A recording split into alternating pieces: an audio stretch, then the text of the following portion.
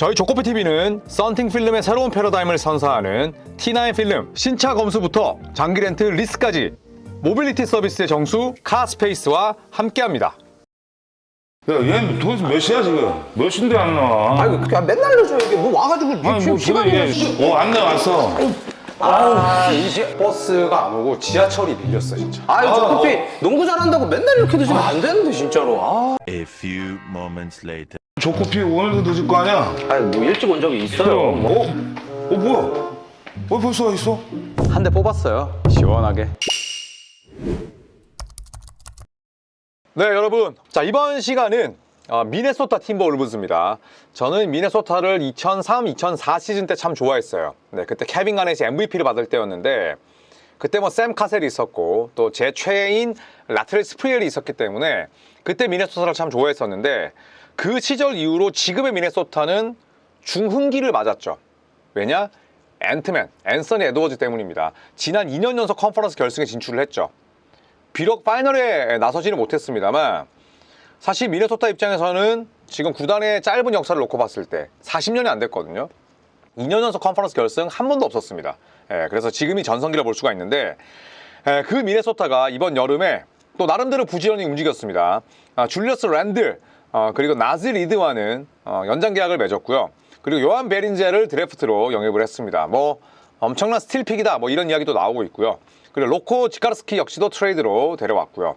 또 조 잉글스, 본즈 아일랜드 뭐 로테이션에서 큰 폭을 차지하는 선수는 아니지만 다시 한번 미네소타 유니폼을 입게 됐고, 네, 그리고 조니 주장, 알리제 존슨, KBL에서 뛰었던 그 선수입니다. 그리고 앤니케 프리먼까지 FA로 영입을 했습니다. 물론 뭐 살아남을 수 있을지 여부는 의문스럽지만 알리제 존슨의 FA 계약 소식이 참 반갑더라고요. 자, 그리고 나간 선수는 많지는 않지만 좀 치명적일 수 있습니다. 일단 니킬 알렉산더 워커 사인 앤 트레이드로 팀을 떠났고요. 조시 마이낫, 루카 가르자는 전부 다 보스턴으로 갔죠. 제시 아드워즈는 방출됐습니다. 미네소타가 올여름에 줄리어스 랜들, 나즈 리드, 니킬 알렉산더 워커 이 3명이 FA였어요. 그런데 이 3명 중에 3명을 다 잡을 수는 없었습니다. 2명을 선택했어야 됐는데 결국 니킬 알렉산더 워커가 팀을 떠나게 됐습니다. 자, 지난 시즌 요약을 한번 해볼까요? 49승 33패였습니다. 그러니까 뭐 덴버 너게츠 혹은 LA 레이커스, 클리퍼스보다는 1승이 모자랐는데 그래서 서부 컨퍼런스 6번 시드로 플레이오프 1라운드를 치렀습니다만 3번 시드였던 LA 레이커스를 단 5경기 만에 4대1로 꺾고 2라운드에 진출합니다. 지난 시즌의 미네소타는 대단히 균형 잡힌 팀이었습니다. 오펜시브 레이팅 8위, 수비 레이팅 6위였어요. 어느 하나 뭐 흠잡을 만한 곳이 없었죠.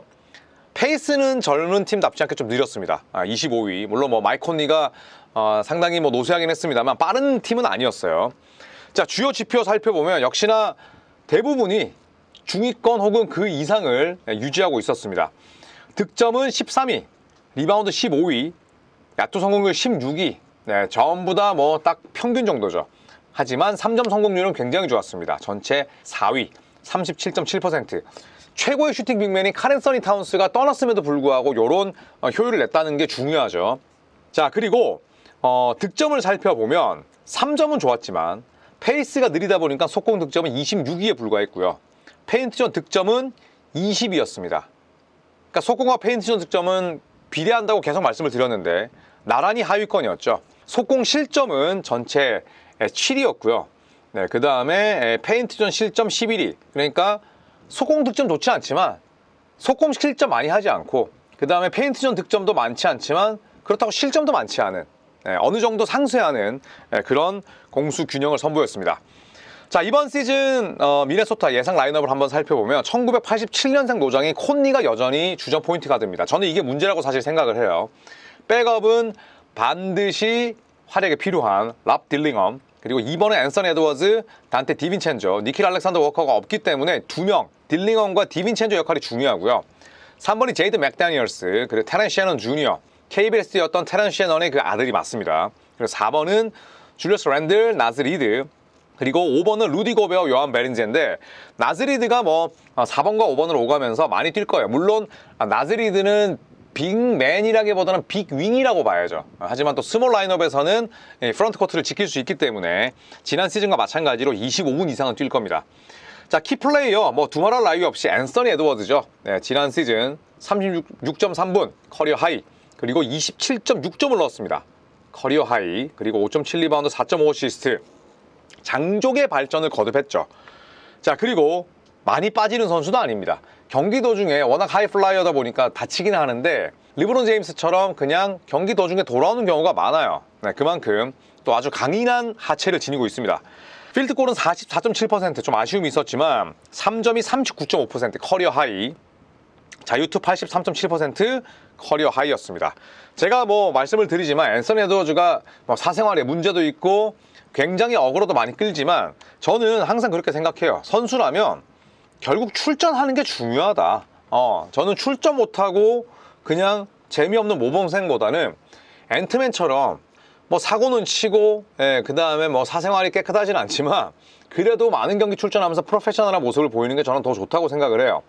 이 앤트맨이 정말 놀랍게도 지난 5시즌, 그러니까 루키 시즌 이후로 단 한 번도 10경기 이상 빠진 적이 없습니다. 엄청난 거죠. 최소 출전이 72경기, 근데 이때는 코로나 때문에 단축이었고요. 지난 3년 연속 79경기 뛰었어요. 그러니까 대단한 거죠. 네, 그렇기 때문에 저는 앤트맨의 총 NBA 데뷔 이후에 결장 경기 수가 20경기가 안 됩니다. 5년 동안. 저는 이게 프로라고 생각을 해요. 그래서 앤트맨은 건강은 100% 유지할 거고 여기서 한 단계 더 업그레이드 되지 않을까, 그렇게 예상을 합니다. 자, 두 번째 인물은 줄리어스 랜들입니다. 줄리어스 랜들은 지난 시즌에 18.7득점, 7.1 리바운드, 4.7 어시스트를 기록을 했습니다.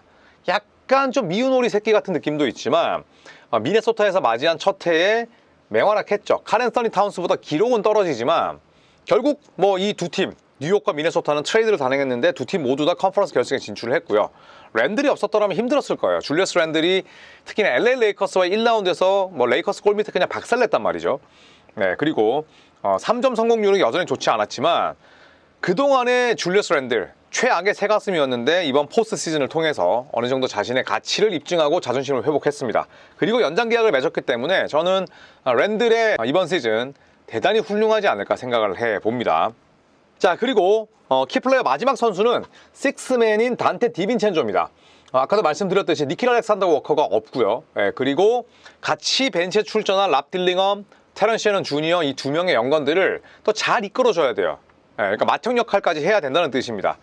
지난 시즌에 뭐 대부분 벤치에서 뛰었지만 주전으로 뛴 10경기 평균 14.6득점, 그리고 4.2 리바운드, 4.1 어시스트, 필드골 44.1%, 3점이 무려 42.5%였습니다. 주전 체질이라는 거죠. 저는 개인적으로 단테 디빈첸조가 주전 1번으로 뛰어야 된다고 생각을 해요. 물론 1번은 아예 플레이메이커 자원은 아니지만 저는 미네소타가 앤트맨과 있을 때에는 오히려 더 에너제틱하고, 그리고 젊은 디빈첸조가 맞지 않을까, 뭐 사견입니다만 그렇게 저는 생각을 합니다. 자, 지난 시즌 25.9분 뛰면서 시즌 초반에는 극심한 얕은 안주에 시달렸죠. 하지만 결국에는 디빈첸조 올라왔습니다. 11.7득점에 3.6 어시스트 커리어 하이였고요. 필드골은 42.2%인데 익스큐즈가 되죠. 왜냐? 3점을 많이 던지는 선수니까. 그리고 3점 성공률이 39.7%였습니다. 여전히 최상급. 그리고 자유투는 77.8%였습니다.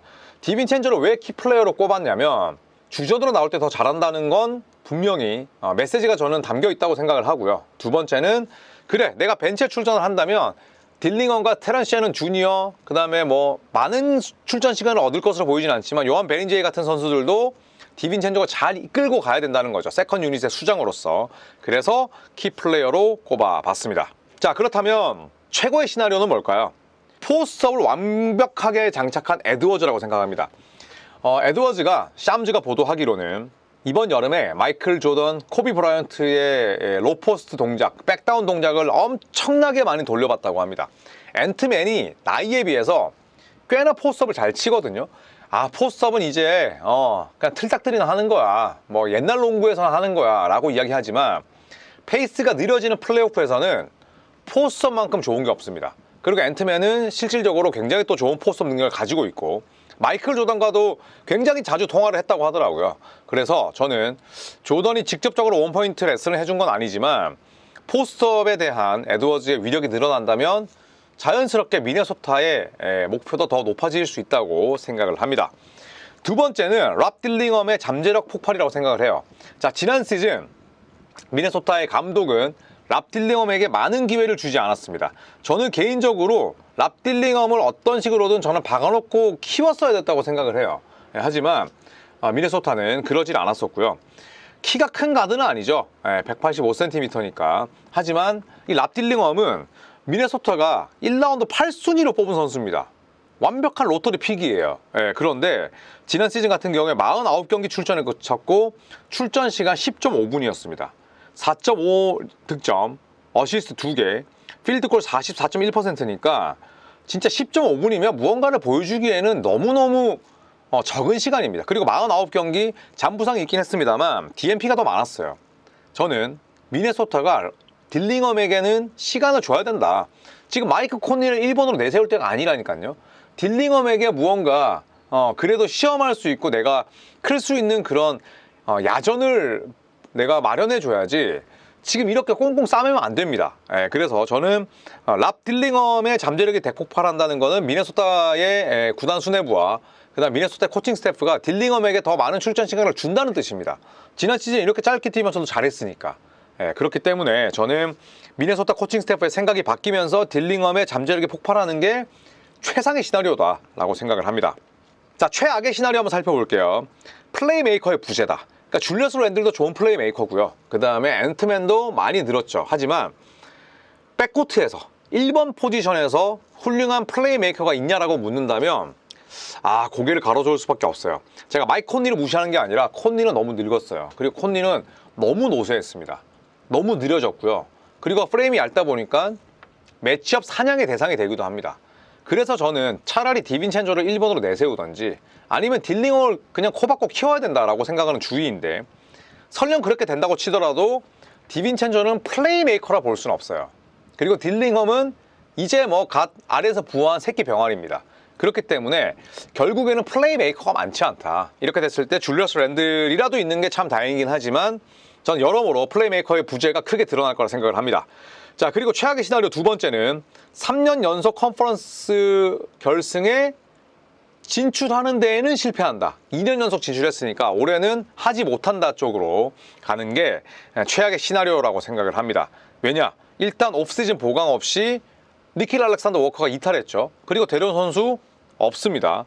반면에 휴스턴은 프레드 밴블릿이 아웃되긴 했습니다만 전력을 큰 폭으로 키웠고 그리고 덴버 너게츠도 마찬가지고요. LA 레이커스 2라운드 지명권 한 장 안 쓰고 좋은 선수 셋 데려왔어요. 디안드레 에이튼, 제이크 라라비아, 마커스 스마트. LA 클리퍼스 두마랄 라비였고요. 자, 골든스테이트 워리어스조차 알 호포드를 데려왔는데 아무런 보강이 없었습니다. 물론 집토끼인 줄리어스 랜들과 나즈리드를 잡는데 뭐 혈안이 돼 있었다고 하더라도 저는 오프시즌 보강 없는 그 대가를 치르는 것이야말로 미네소타에게는 최악의 시나리오가 될 것이다라고 판단을 합니다. 자, 저의 예언으로 마무리를 할까 합니다. 매 경기 1번 포지션은 재앙에 가까울 것이다. 이렇게 내다보겠습니다. 저도 참 마이크 콘니 멤피스 시절에 좋아했었는데 이게 참 세월의 흐름을 비껴가지 못하고요. 더 큰 문제는 미네소타가 보강을 하지 않았다는 데 있죠. 디빈첸조는 1번으로 풀타임을 내세우기는 어렵죠. 딜링엄은 시간이 필요하고요. 그렇기 때문에 저는 매 경기 1번 포지션에서 엄청난 손실이 발생할 것이다. 이렇게 예상을 하겠고요. 두 번째는 아까 최악의 시나리오와 거의 똑같습니다. 최악의 시나리오 플레이메이커의 부재가 저는 매 경기 재앙에 가까운 1번 포지션으로 이어질 것이고 그 다음에 제가 최악의 시나리오 두 번째로 꼽았던 컨퍼런스 결승에 3년 연속 진출하지 못한다는 건 저의 예언 2라운드 광속 탈락과도 동의어죠. 저는 미네소타가 1라운드는 통과한다 할지라도 2라운드의 벽을 넘지는 못할 것이다. 결국 앤트맨의 부담을 덜 수 있는 그런 자원들이 프런트 코트에는 많지만 백코트에 너무 부족하다라고 생각을 해서 2라운드 탈락으로 한번 예상을 해보도록 하겠습니다. 미네소타 팬들은 반색하시겠지만 저희 예상은 뭐 그렇습니다. 자, 이상 미네소타에 대해서 살펴봤습니다. 미네소타는 창단한 지 아직 40년이 안 된 저보다도 나이가 젊은 그런 어린 구단인데 한 번도 파이널에 진출하지 못했어요. 지금 앤트맨과 함께 죽은 길을 노리고 있습니다만 이번 시즌 1번이 없는 약점을 어떻게 메울지 함께 지켜보시면서 이번 시즌을 즐기는 것도 좋을 것 같습니다. 자, 여러분 남은 추석 잘 보내시고요. 내일도 조코피TV의 팀 프리뷰 팀 바이 팀 올라가니까요. 많은 사랑을 부탁드리겠습니다. 여러분 고맙습니다.